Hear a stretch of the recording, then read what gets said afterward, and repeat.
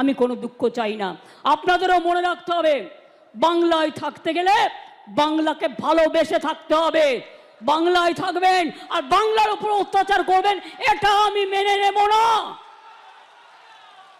এত দুর্বল ভাবার কোনো জায়গা নেই।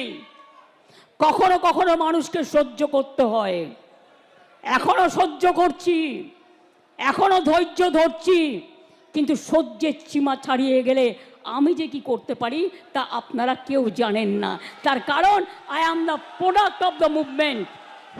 মনে রাখবেন, বাংলায় যদি আগুন লাগান, আসামও থেমে থাকবে না, নর্থ ইস্টও থেমে থাকবে না, উত্তরপ্রদেশও থেমে থাকবে না, বিহারও থেমে থাকবে না, ঝাড়খণ্ডও থেমে থাকবে না, উড়িষ্যাও থেমে থাকবে না, আর দিল্লিও থেমে থাকবে না।